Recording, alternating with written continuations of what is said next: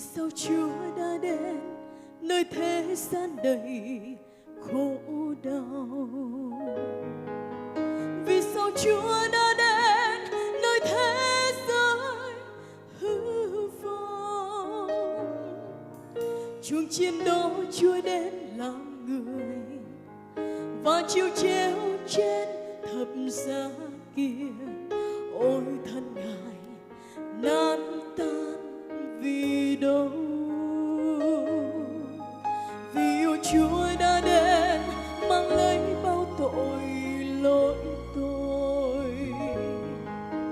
Vì yêu Chúa đã đến bồi xóa hết cho anh.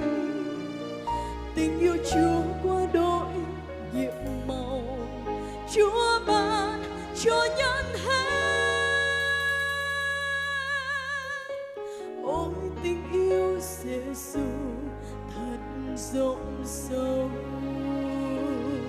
Tại sao anh vẫn cứ mãi còn khóc than? Tại sao anh vẫn cứ mãi còn bất an? Hãy đến bên Cha yêu thương đang chờ đón. Thì về bên Chúa sẽ thấy lòng thỏa vui, lòng khô hết nước mắt và thứ tha. Đôi mới tâm linh cho anh nguồn sống vui.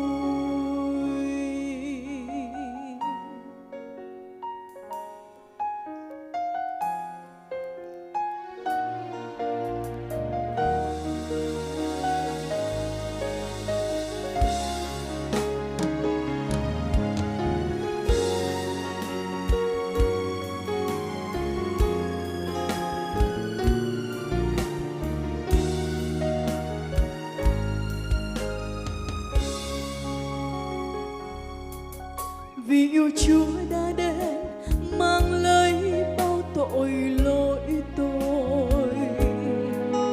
Vì yêu Chúa đã đến bồi xóa hết cho anh. Tình yêu Chúa qua đổi nhiệm màu, Chúa ban cho nhân hết. Ôi tình yêu Giêsu thật rộng sâu. Tại sao anh vẫn cứ mãi còn khóc than? Tại sao anh vẫn cứ mãi còn bất an? Hãy đến bên Cha yêu thương đang chờ đón. Thì về bên Chúa sẽ thấy lòng thỏa vui, lòng khô hết nước mắt và thứ tha. Đôi mới tâm linh cho anh nguồn sống vui. Nơi vô tha huyết Chúa đổ ra cho tôi đường lành, ban cho tôi sự sống đắc thắng luôn mỗi ngày. Tình Ngài diệu kỳ xiết bao.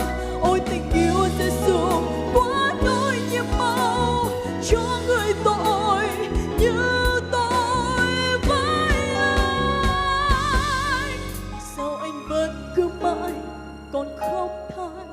Tại sao anh vẫn cứ mãi còn bất an? Hãy đến bên Cha yêu thương đang chờ đón. Thì về bên Chúa sẽ thấy lòng thỏa vui, lòng khô hết nước mắt và thứ tha. Đôi mắt tâm linh cho anh nguồn sống vui. Đôi mắt tâm linh cho anh